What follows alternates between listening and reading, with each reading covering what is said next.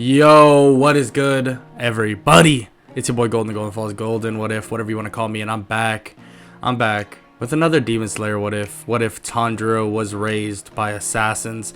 And I want to give this straight up. I was playing with the idea of if I should do based on AC or Assassin's Creed, or should I do based off of just whatever I feel an assassin would train Tanjiro, or just assassins in general. And I kind of just decided to do a mix of whatever I really wanted. I was thinking about AC, but then the time frame doesn't really work very well, and I could, just throw them in there anyways, but it's an odd fit, especially for the timeline.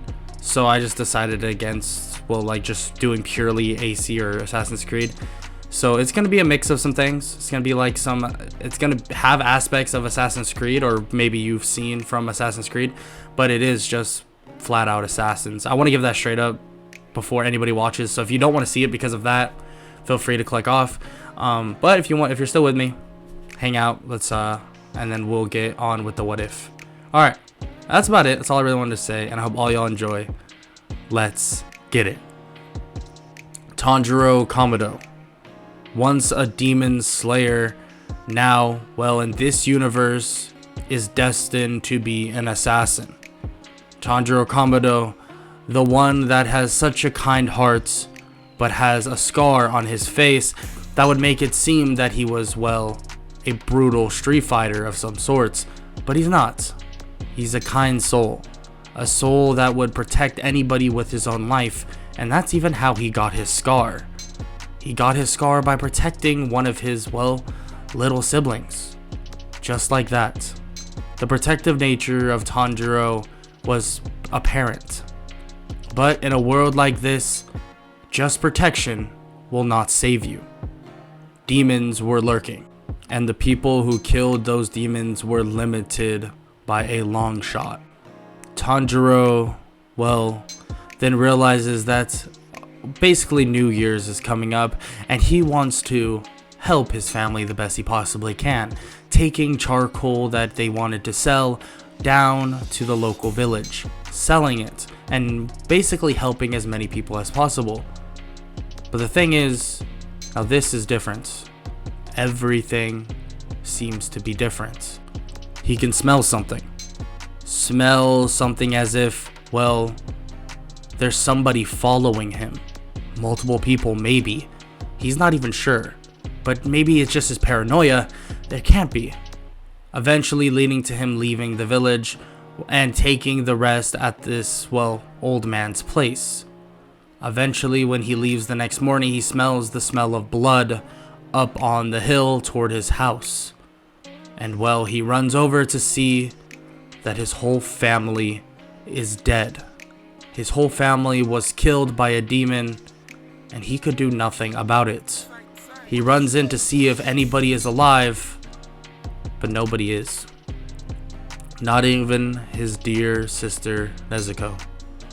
They're all dead, and he collapses to the ground, and he screams out toward the sky, wondering why.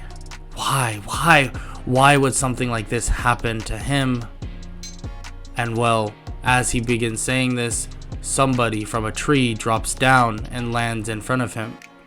He looks up to see a hooded man, and the man says that he knows exactly who did this, and they've been hunting him for a long time. What? You know who did this? Who did it? He's the king of the demons, kid. That's all you need to know. But if you want to help us in stopping him, then why not? Will you join us? Will you join the Creed? But I don't know the first thing about being an assassin, about taking people out, killing people. Kid, you don't get it. We only attack demons now. Back a long time ago, maybe that was the case. We would hunt down certain people, but, there's a new threat. Please, just follow me.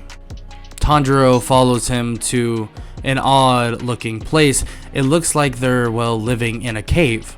But once they, remove the vines, they walk through to see tons and tons of these bright pink trees. The assassin begins to explain that These trees are the things they've been able to at least slow down the regeneration of a demon. And, well, they've been tampering with their, well, weapons to add something by the name of a Nichiren metal or a Nichiren blade.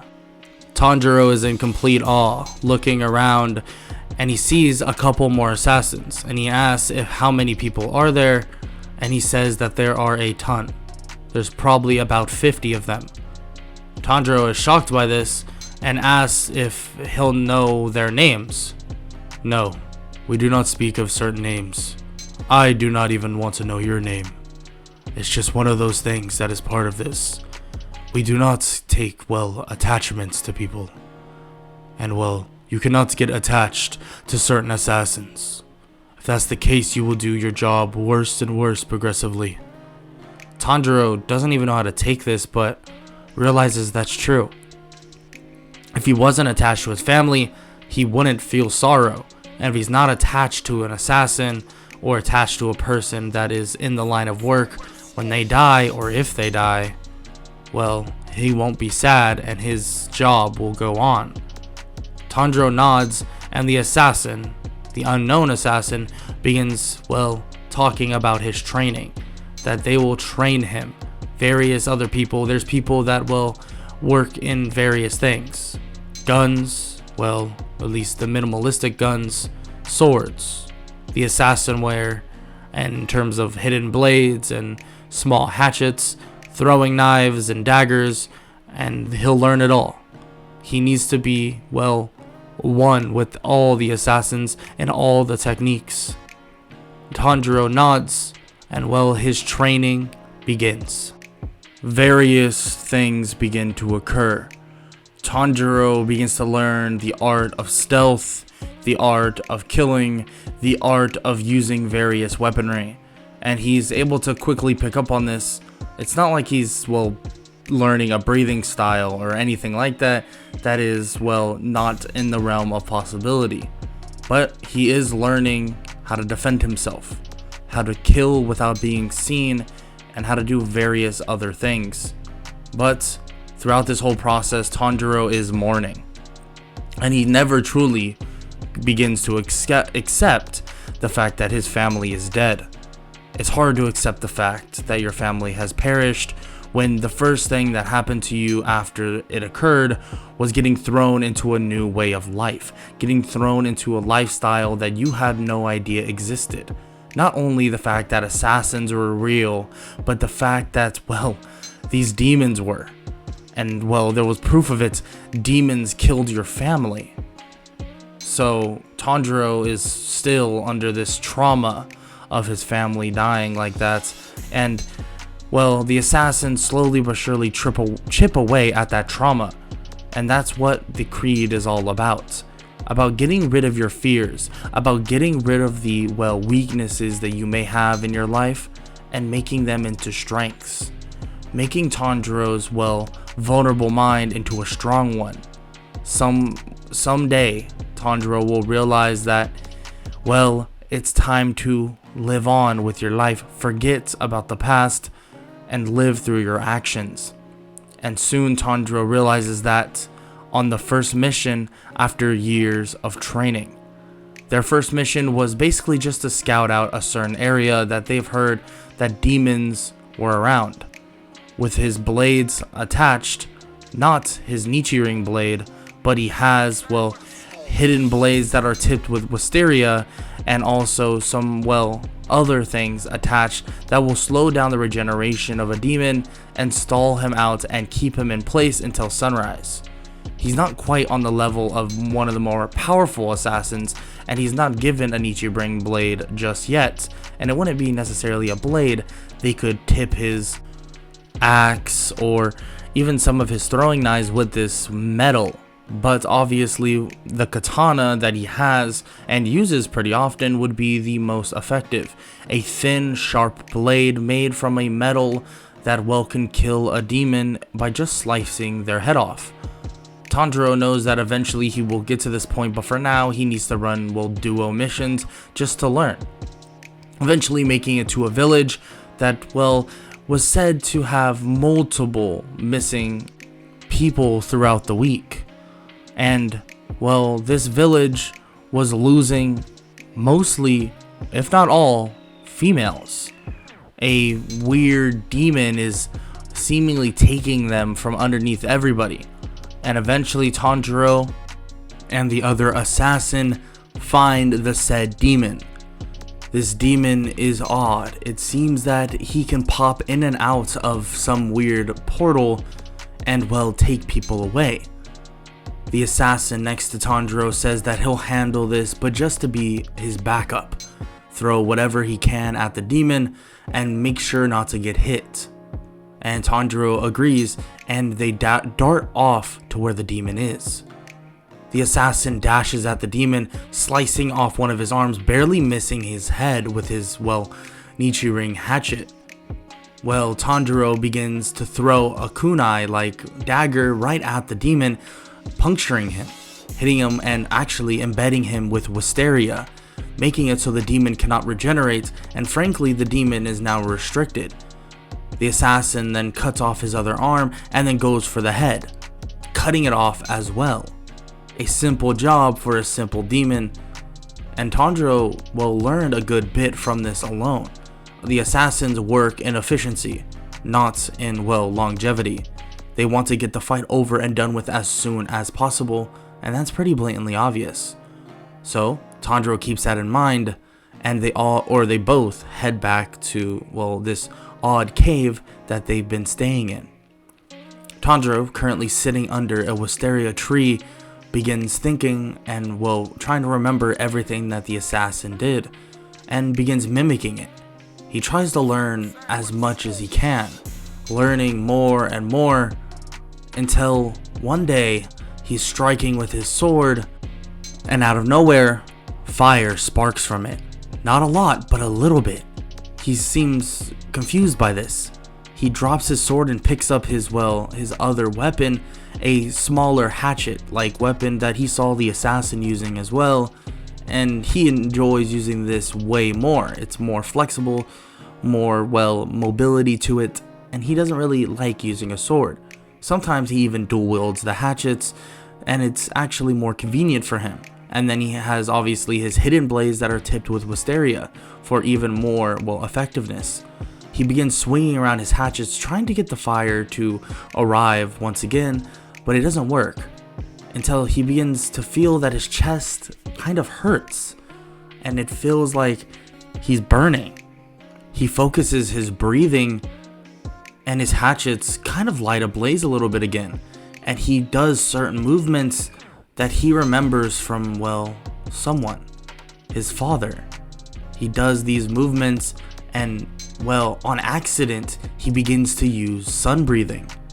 And the assassins are shocked by this, but had a hunch in the first place. They're all watching and are pleasantly surprised by Tanjiro, the fact that he may be the first assassin to master a breathing, or at least, hopefully.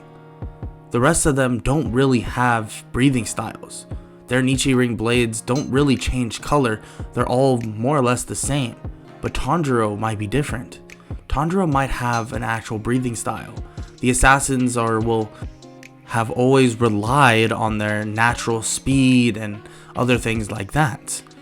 But with Tanjiro, he can rely on something else. It seems that Tanjiro is learning and, well, is beginning to learn a breathing style on his own. The assassins, well, being an underground kind of, well, unit, they decide to never even learn these. They wouldn't have the masters to teach them, and frankly, the last assassin that had it died a long time ago without teaching anybody. So Tanjiro is the last one. And this is important. Tanjiro needs his, Nichirin. It seems like he's going to go with his hatchets, and he needs them as soon as possible. So that's put into place, but tragedy will strike sooner than Tanjiro can even have his Nichirin hatchets, and, well, all assassins are called to be on deck. They're told that there's a demon, a strong one, maybe the strongest one, in a nearby city, and that this is their chance to take action and defeat him. Tanjiro says that he'll get ready, but all the other assassins say that he's not ready to go. He's not ready to fight such a demon. He needs to stay here. And he asks why, and he doesn't understand. He could help, but they said no. Without the ability to kill a demon himself, well, he'll just be a liability. They all leave, and Tanjiro is there sitting under the wisteria tree on his own, waiting for them to return. 1 day passes. 2 days pass. 3 days pass. His weapon finally arrives by a blacksmith, and he drops it off at an unknown location, and Tanjiro gets it. 4 days pass. 5 days pass. The assassins have not arrived once again. He thinks that maybe they're on another mission, but that's just wishful thinking. He knows what happened. He goes to the city that they were supposed to go to, and it's in ruins. Everything broken down, and well, bodies lay waste in the entire city. Assassin after assassin was killed. It seems like he may be the only one left. He sits on top of the rooftop, but not one tear was shed. Tanjiro believed that their teachings were right. He needs to bury down those feelings if he wants to be the killer that they were. No, the killer they wanted him to be. He looks at his Nichiren hatchets, and it seems like they changed to a black color, in which he doesn't even know what that means, but he doesn't care. He promises himself that he'll master this breathing, and well, he'll be stronger than any assassin alive. And well, he won't die in vain. Eventually, with this remark, he leaps off and goes back to the cave where all the assassins once were. When he walks in, he can feel all of their presences. They're not there, but he can feel that they're there with him, basically telling him that it's now his time to take action, his time to make a difference. Maybe his time to do something the assassins were too afraid to do. Tanjiro didn't realize, but there was somebody following him. Somebody that would make this very important. That man is the water hashira by the name of Tomioka. He enters the cave and begins asking Tanjiro, well, if he's an assassin. Tanjiro nods and says that he is, and that what's his deal and what does he want. I'm sorry, but it seems that all of your assassin buddies have passed. Yes, I know, but it doesn't matter. I'll carry on their legacy. Tomioka nods and says that they could use someone like him in the Demon Slayer Corp. Demon Slayers. That's what we've been doing. We've been killing demons too. Tomioka explains that he can give him training. They all can. And he can have the training from the assassins, but also the training from the hashira, the strongest demon slayers. Tanjiro isn't sure about this. Isn't sure about this idea. But he can feel a presence of these assassins pushing him in that direction, telling him to do it, telling him to become stronger. So he listens. He goes with Tomioka, heads off to the Hashira mansion, and when he arrives, he's greeted by everybody. All the Hashira see him, and well, they have a respect for the assassins. They've heard about them. They're, well, an underground type of organization that, well, defeats demons. Why wouldn't they know them? They respect them. Tanjiro says that's all good and well, but he has a job to do. And if they're gonna just chit-chat, that's not why he's here. And they kind of smirk. All the Hashira like his attitude, and well, they say that they'll begin training right now then. And he needs to learn every little bit he can. So, that's exactly what happens. The training then begins. Tanjiro begins to learn how to use concentration breathing, and they ask him if he knows any breathing styles. And he says that one time, well, a couple days ago, when he was training, he ignited his sword. It was as if there was fire coming from it, and They say that the only person that knows anything about flame breathing is Rengoku, and that they'll have him train with him. So that's what occurs. Rengoku greets him in, and their training begins, but Rengoku quickly learns that he does not have flame breathing. It seems that his breathing style is more lenient to, sun breathing. And Rengoku smiles at this, thinking that having an apprentice like him will be amazing. And that the kid is already skilled in fighting, skilled in various other ways. But this, he now be skilled in sun breathing. This could be amazing. But he's not able to really get a grasp on sun breathing very much, or really not quick at all. Frankly, it's still a difficult process for him, even with his previous training. But Tanjiro does learn pretty quickly. I mean, after some time, he does pick up on a couple things, maybe even a form or two. But it's nothing insane. Nothing like it's not like he has these 10 forms like he would with, water breathing back in canon. But that's not exactly what Tanjiro needs. Having his concentration breathing, total concentration breathing constant, and some of this breathing technique, other known as sun breathing, is good enough. On top of the training that he's had with the assassins, he's ready. He's far, far ready to actually take on really many demons. And Rengoku even can see this. During one of their sparring sessions, Rengoku can tell that Tanjiro is extremely strong, extremely active in his fight style, and frankly, his fight style is built around getting a job done as soon and as quick as possible. There is no stalling with him. If he sees an opening, he goes for it and attacks it. If he sees an opening while he's not even in a fight, he'll attack it. And he's seen that multiple times. They've done sparring sessions with 3 different hashira, and during the fights, he'll see an opening on one of them and attack and switch opponents quickly and precisely.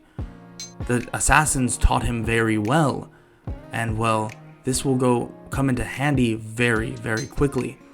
He even meets Tengen and trains with him, who was a shinobi in the past, and he learns many things from him as well, and Tengen learns many things from Tanjiro too. And they actually end up making Tengen his own hidden gauntlets, or hidden blades that are, his gauntlets, giving Tengen another thing to use that is tipped with wisteria. Initially, Tengen wasn't really big on Tanjiro, didn't really like the kid because he wasn't too flashy. He wanted to get things done quickly, precisely, and that was it. But now that he got to know him and got to know his fight style, he actually thinks that, quick and precise may be pretty flashy. But that's beyond the point. He actually enjoys being around Tanjiro because they come from a very similar line. He was a shinobi, Tanjiro's an assassin. They're very similar when you think about it, and that continues on. Their training and other things like that, leading to, actually Shinobu talking about the wisteria trees that Tanjiro's been using. She asks if she could use them as well, and he says that that's just fine. The assassins are not currently using them, so he didn't see a problem with that. He gives her the location, and she heads off as well. But during this time, a cry for help comes from Natagumo Mountain, because there are many demons, currently over there. Tanjiro says that he can, go handle it as well, but the master of the demon slayers says that he'll be accompanied by 2 other hashira just in case. There's been a lot of people dying over there, so he doesn't want anybody else getting hurt. So Tanjiro heads off with Tengen and Tomioka, and they arrive at the forest. All 3 of them obviously split up and take over the forest as quickly as possible, and Tanjiro actually comes across the spider demon. And it seems that Zenitsu, the yellow-haired boy that he finds, got it done, but he's actually severely hurt. Luckily, Tanjiro actually brought an antidote, and frankly, he has some antidotes of his own fruition from the assassin group that he learned, and he gives Zenitsu some medicine, and he's actually pretty good. He's not cured by any means, but he's good. He's not hurting, and Tanjiro calls for people to help, and they take him away. Tanjiro searches for anybody else, and it seems that everything else was dealt with. Tomioka killed one of the, 12 Kizuki, in which Tanjiro has heard about but never seen one, and well, the rest of the demons were cleaned up fairly easily. Actually, really easily.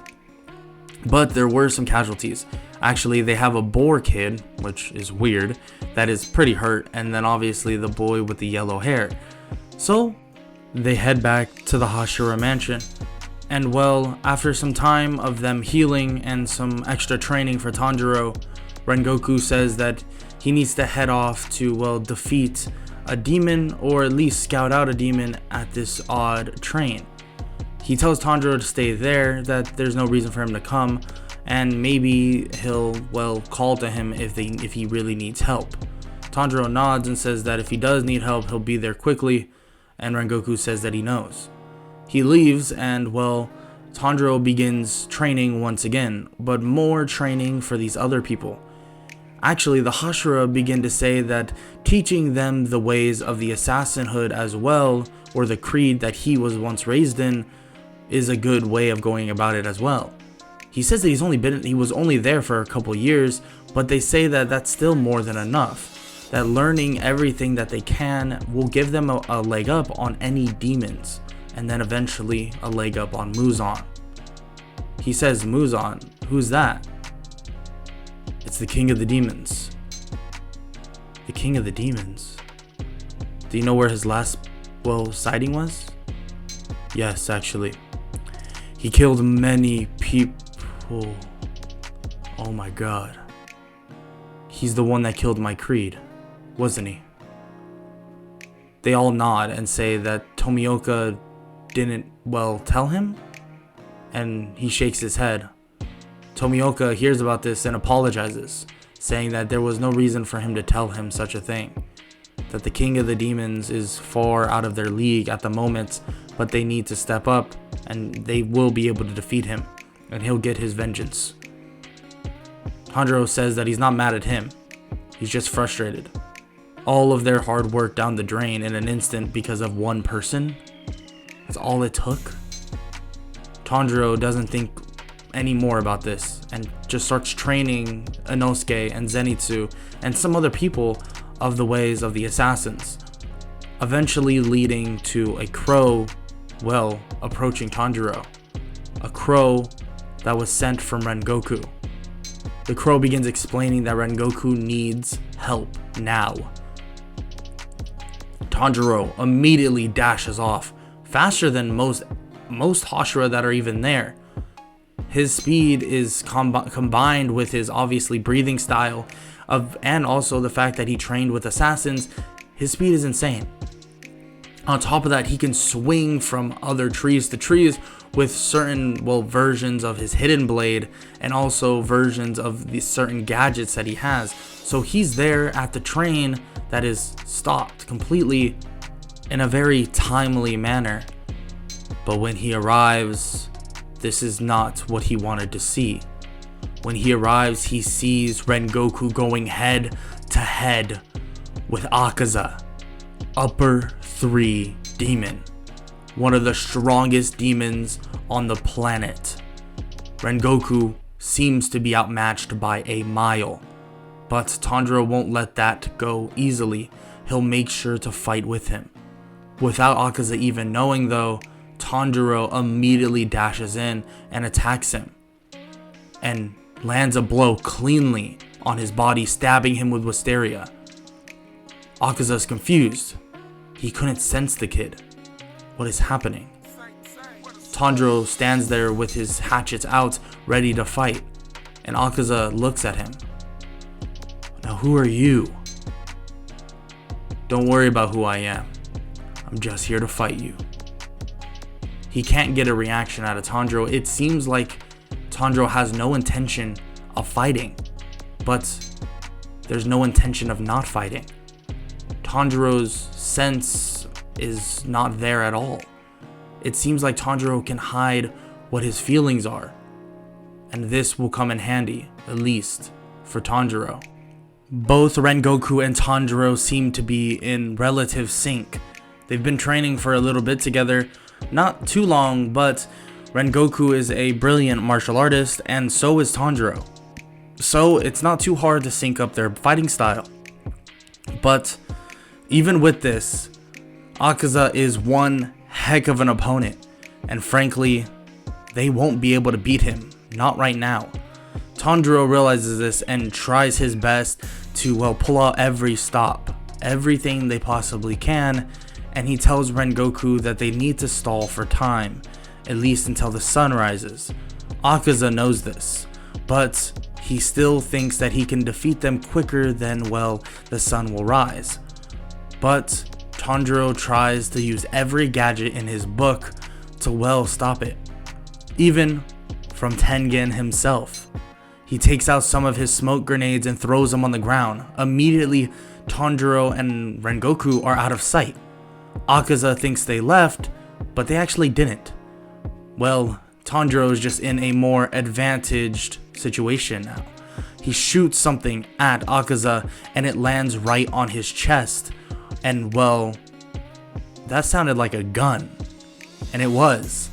He shot a pistol, full of wisteria. Now it's lodged in Akaza.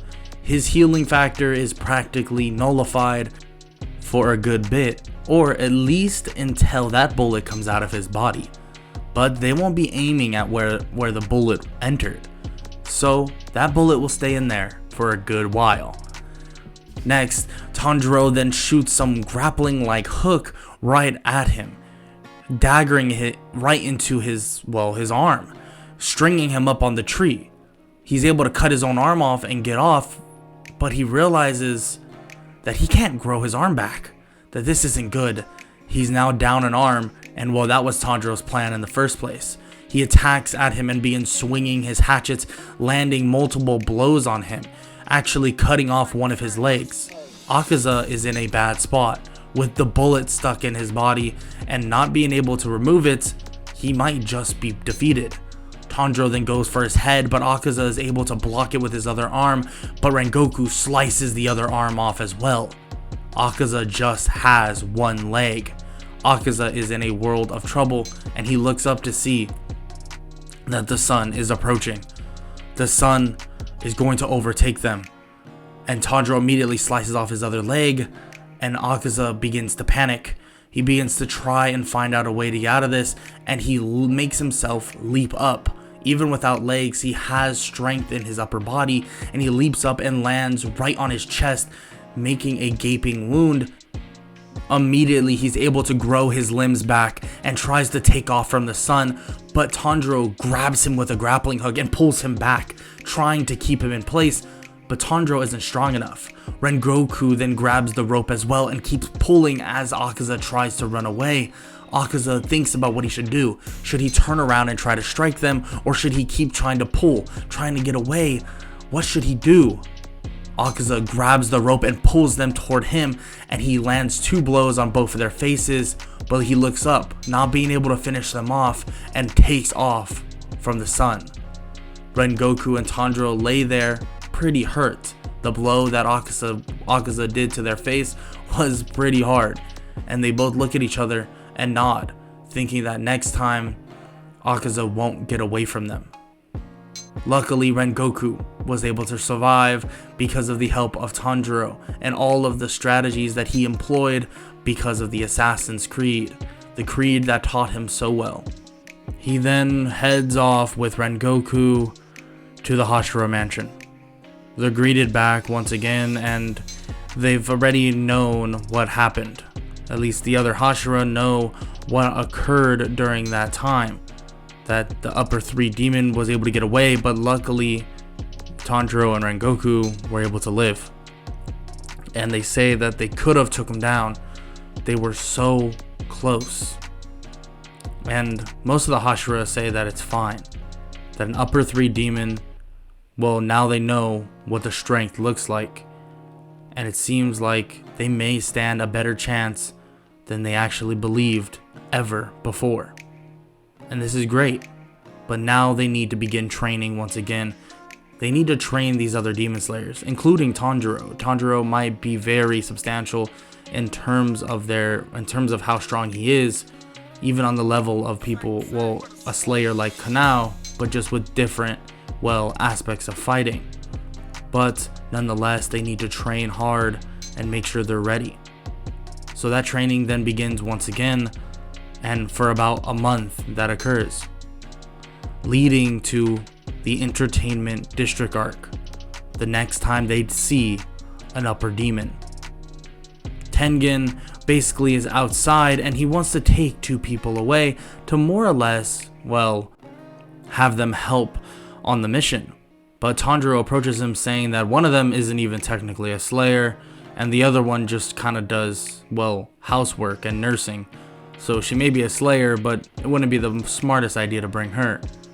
He asks what is his suggestion, and Tanjiro says that he'll go, that he doesn't care, that he'll help out whatever he needs, and he can tell that this is urgent and there must be something behind this more important than, well, Tengen is giving off. Tengen nods and says that he'll take Tanjiro, but he needs at least one more person, and, well, actually, Zenitsu and Inosuke show up, saying that they have a debt to repay to Tanjiro for the training throughout this time, and, well, they'll step in as well. Tengen slightly smirks and begins to, well, praise himself, saying that they need to show that they are worthy of being in the presence of Lord Tengen, but Tanjiro tells him to just cut it out and that they need to go. Tengen says that Tanjiro's no fun, and then they head off. Eventually, when they arrive at the entertainment district, they meet up in this weird, well, obviously a small house, and they begin chatting about what they're going to do, saying that they'll go undercover in some of the brothels, but Tanjiro and, well, Tengen will do a different job. Tanjiro specifically will do more of reconnaissance. He's good at not being seen, well, practically ever, and that's what he'll mainly do, scout out where this demon is, and then they'll go from there.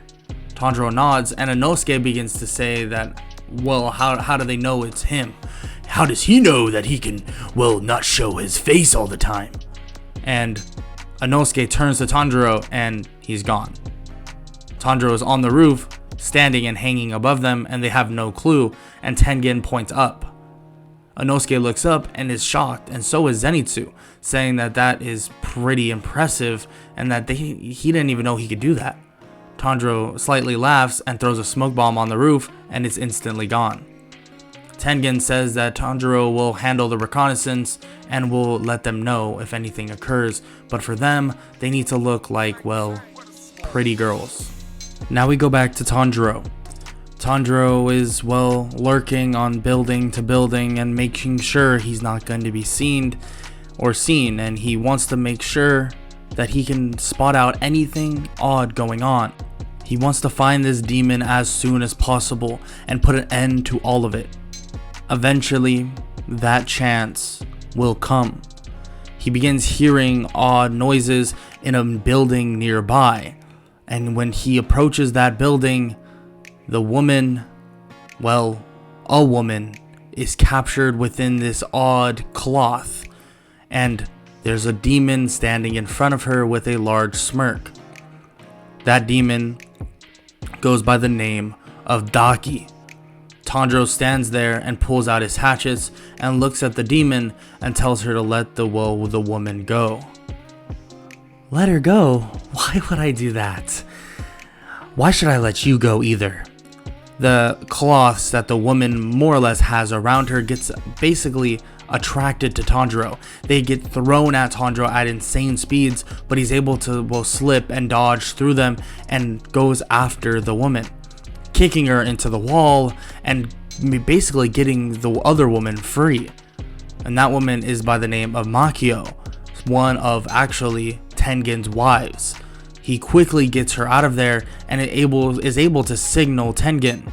And, well, that fight begins. The fight with the upper demon Daki begins. Tanjiro begins to close the distance, but realizes that she lacks what Akaza has. She begins to try to flaunt her superiority, or at least what she thinks she has, saying that she'll just kill him and then take the woman back once again because she only, well, eats pretty girls. And Tanjiro doesn't hesitate one bit while this, well, inferior demon is talking. He throws a smoke bomb right at her face and it blinds her completely, and he immediately slices off her head with his hatchet. She begins to freak out. This boy just decapitated her like it was nothing. She didn't even get a chance. She didn't even try. And, well, Tengen arrives to see that her head is completely off, and he says that is definitely not an upper demon, and she argues that she is an upper demon. And Tengen says that she's definitely not. It's blatantly obvious. If someone that's not even a hashira can cut off her head just like that, then, well, she is no upper demon. She begins to cry, saying that she is an upper demon and that she is, but she's not fading away. And Tanjiro and, well, Tengen begin to realize this, and as they do, another demon begins to emerge from her body. It seems like another demon is at play, and Tengen realizes this and goes to slice off his neck as soon as possible, but is stopped by him. The speed of this demon and the strength of this one is far different, far stronger. Tanjiro even realizes this and immediately throws a smoke bomb to get more or less Tengen out of there, and they both jump away and get to a more advantage-like spot. And they both are looking down, and Tengen signals that they need to both strike him before that this other Daki character can get her head back on straight.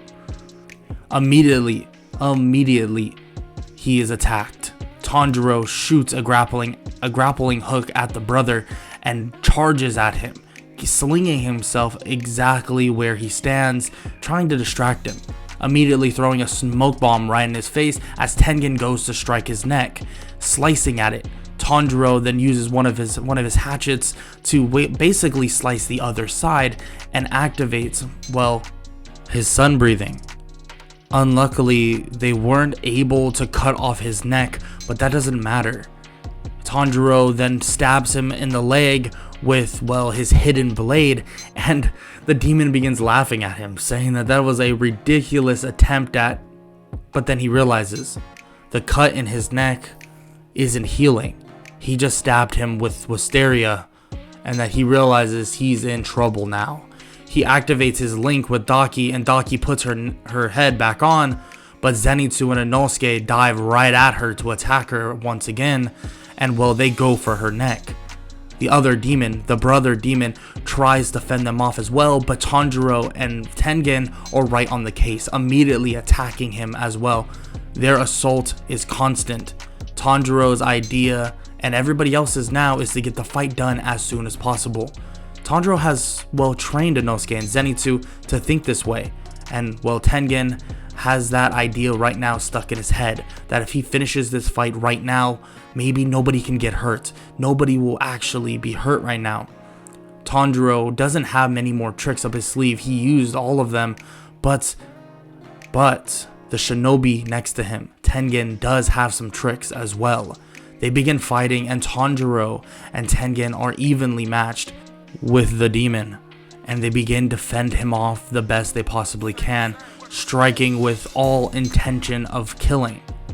And unfortunately though, they both get poisoned. But Tanjiro looks at the demon and pulls out a gun, some pistol, and the demon laughs at him. How, well, weird is he? A gun. He shoots the demon and wisteria gets lodged in his chest, but that's not it. That is not it. Shinobu, before they left, gave him something. Gave him poison, a bullet that would poison a demon. And Tanjiro decided to use that just now. The demon begins to feel the effects and begins to get very weakened. And, well, Tengen smirks. Not so flashy, but definitely useful. Tanjiro smiles as well and dashes at the demon, going for his neck, slicing into it. And, well, the sound hashira, Tengen, strikes as well, and they basically are able to decapitate him. They look at Daki, and before they could actually, well, destroy her head as well, Tanjiro grabs the other demon's head and runs off with it as fast as possible. Tengen says that he'll slice off her neck as well, but the body of the brother demon is still up and fighting, at least somewhat. Tanjiro says that he'll make sure that this demon does not get the head back, and well, he takes off and makes sure that nobody is near him, eventually leading to the head slowly but surely start disintegrating, making him know that the other demon was defeated. Tanjiro heads back to see that, well, the poison is overtaking him and Tengen. Luckily, they've had some, well, help with some poison resistance, but they do need to get back to the Hashira mansion as soon as possible. But as they begin talking about this, the body of the brother demon begins to show signs of a last-ditch attack. Tengen tells them all to move now.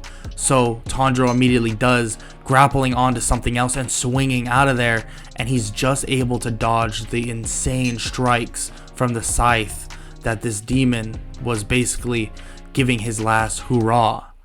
The demon's head is thrown to the ground while he's running, and he looks back to see that Tengen, Inosuke, and Zenitsu were still sort of caught in that blast. But, well, Tengen is the main problem. The fact that his poison will accelerate because of just that. Immediately Tanjiro comes back and grabs onto him and begins taking him away. His three wives ask what he's doing, and he doesn't answer. He just sprints off to the Hashira mansion, and Inosuke and Zenitsu know exactly what he's doing. He knows the effect that Tengen's going to basically undergo with this poison, and he wants to get back as soon as possible. He arrives at the Hashira mansion and screams out to the people saying that they need an antidote now, that he is under really bad poison by a demon, and he throws him onto a hospital bed and basically sits there hoping that, well, Tengen can make a whole lot of recovery. This made him begin thinking. Tanjiro thought about this a while back. The assassins bred him to basically not care anymore. After the death of his family, there wasn't supposed to be a care in the world. You shouldn't care about a fellow assassin. Everybody's bound to die. But the Demon Slayers are different. They care about each other. But who's right? Is either of them right?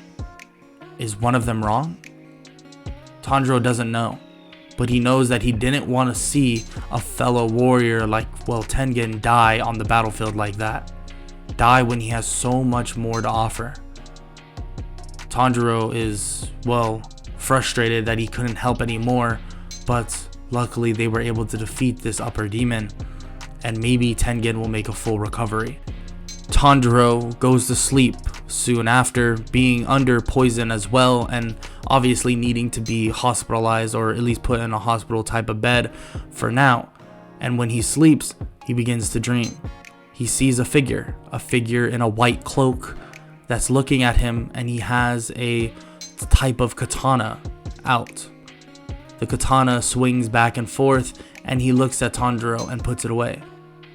You're strong, and the creed may be wrong, but you are the last of us. The last part of what the Assassin's Creed means. And if you see fit to protect the ones you care about, the creed will live on with you and your own ideals. Tanjiro is standing there. This feels so real. It feels like an assassin is telling him this face to face. Another assassin appears, and, well, he's circled by all the assassins that were before him. And they begin telling him the same thing, that the creed of the assassins lives within him, and that he must follow his own path. Creeds change, and the way of life will always change. It's like the seasons. When one dies, another comes about, but the others will always be revived. The creed lives within Tanjiro and will be passed on forever, even when he passes on himself. Tanjiro wakes up in a state of shock, seeing that the antidote cured him of the poison, he looks at Tengen and it looks like he's making a slow but good recovery. The Creed of assassins and the Demon Slayer Corp. This is the legacy Tanjiro will leave behind, and this is the legacy he'll carry into battle when he fights the king of all the demons, Muzan.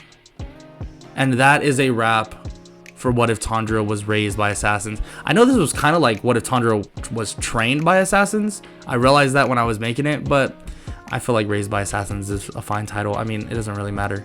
But yeah, if you enjoyed, make sure to leave a like, sub, and comment down below any suggestions you have for future What Ifs. And I really hope y'all enjoyed this What If. I really enjoyed making it. I thought it came out pretty well, but I hope y'all like it as well. And yeah, that's about it. I hope all y'all enjoyed, and I hope all y'all have an amazing day. Later.